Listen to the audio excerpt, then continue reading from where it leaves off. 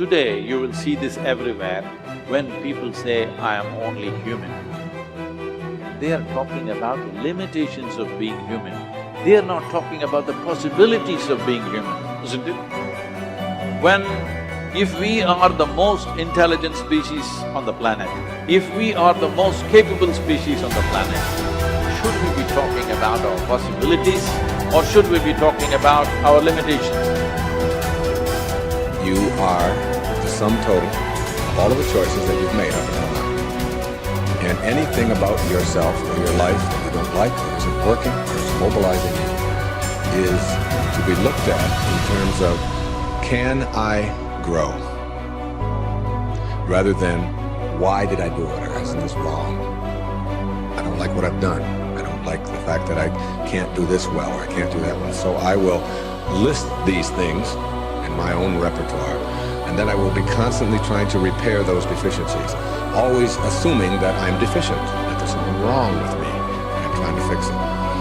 And when you do that, you spend your whole life doing it. But in order to be the winner you were born to be, you must plan to win, you've got to prepare to win, and you must expect to win.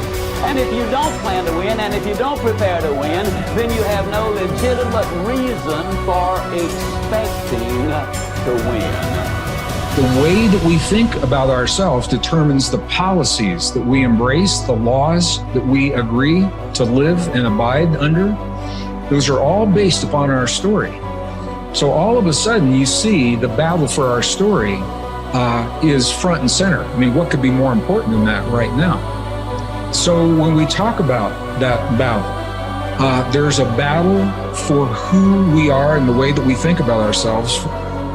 You are creators who have come into this environment for the details that it evokes from you. But you are God force who insists upon alignment with the energy of your source. And it is our knowing that as you move forward from this day, never again will you feel negative emotion without blessing the importance of it. Because in the negative emotion is the indication that you are setting forth for this universe expansion. And instead of feeling a continuing of negative emotion, you're going to flip. You're going to take the bounce. You're going to feel the solution that your problem has pointed. So then as you begin to think about a new possibility, and your brain begins to fire in new sequences and new patterns and new combinations, and you begin to plan your behaviors, and you begin to review in your mind, mentally rehearse who you're going to be in your life, the mere action of mental rehearsal begins to install the neurological circuits in your brain. Now your brain is no longer a record of the past. Now it's in fact a map to the future. And if you were then to begin to emotionally embrace your future before it's made manifest, in other words, you're not waiting for your healing to feel wholeness. You're not waiting for your new relationship to feel love. You're not waiting for the mystical moment to feel awe. You're not waiting for your success to feel empowered. That's the old model of reality, of cause and effect. Many of you, as I have been, as I am, are where you are in your life based upon what you believe. And it's not just what you think you believe on the surface, it's also your shadow beliefs that are holding you back from moving into the life that you believe you deserve. What I know is if you're not looking at the shadows, if you're not looking at what is subconsciously running through the tape in your mind, telling yourself you're not good enough, you're not worthy enough, you're not smart enough, you're not enough, which is a tape that's playing for a lot of people.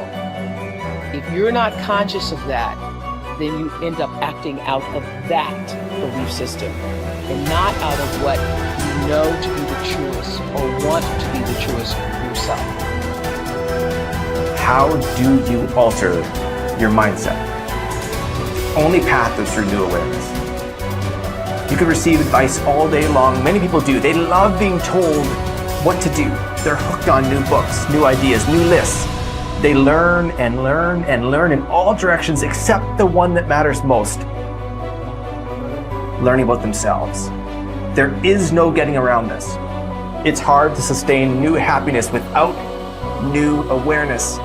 You can go for the run, you can have the hard conversation, you can eat better food, you can wake up early, read at night, you can do it all. But does it make you happier? Deep down, long term, that's the metric. If it does, if you're happier, it's because you realize something new about yourself. The change was you. You recognized why your new habits shifted your outlook. It was about challenging your old mindset. We started with this idea that now was the time. It was the time to do more, to do better, to create the change and go for it, do it. If now is the time for change, make the change, but recognize what you are truly seeking. That your body may transform, your habits may improve, you may learn new ideas. But where did the change start? What was behind it all? It's always your mindset. To control where awareness goes, we're controlling where energy is flowing. And if we're controlling where energy is flowing, we're controlling what's manifesting in our life. And this is a great secret to learn. This is something that I've learned in the monastery. My guru shared with me that's really changed my life. Because I've realized that all I need to do is control where my awareness goes. And if I can control where my awareness goes, I can control where my energy is flowing. And if I can control where my energy is flowing, I can control what is manifesting in my life. And therefore I can even choose to create positive things in my life or negative things in my life. If you want to enjoy self-confidence on the outside, you must practice complete integrity on the inside. The foundation of self-confidence is for you to live your life consistent with your innermost values and principles, while thinking and acting in harmony with your highest aspirations. Men and women with the most solid self-confidence are those who are absolutely clear about what it is they believe to be right and good and worthwhile, and who live their lives consistent with these values. Everything they do or say is an expression of their innermost convictions. Your whole world can fall down around you, but as long as you know that you are doing the right thing, you will have a deep inner sense of calm that will manifest itself in an attitude of confidence and self. In an attitude of confidence and self-assurance in any situation. You will have many ups and downs in life. But what is most important is that you remain true to yourself. Your true values are only expressed in your actions, in what you do.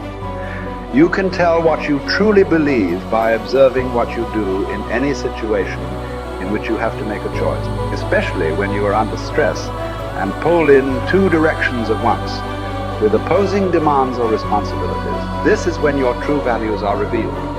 The action that you take in any given situation will tell you which of your values is uppermost or whether you have any values at all.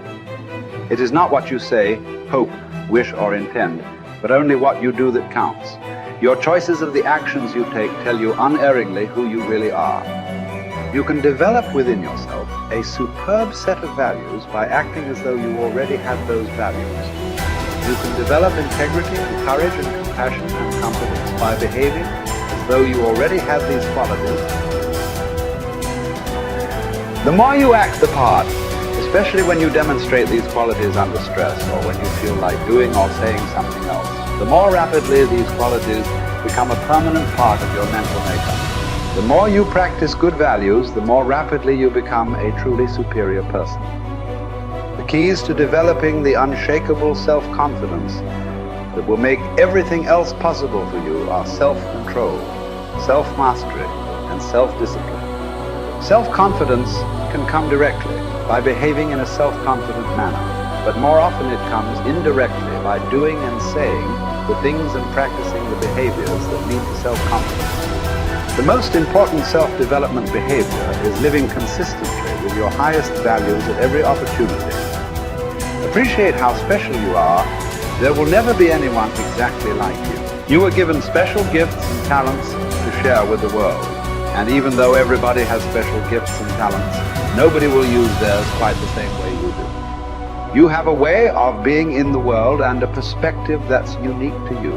You are the only one who thinks your thoughts the way you think them. You have created your own unique reality and are living your life according to your own unique path. You are the only you that will ever be. You're kind of a big deal.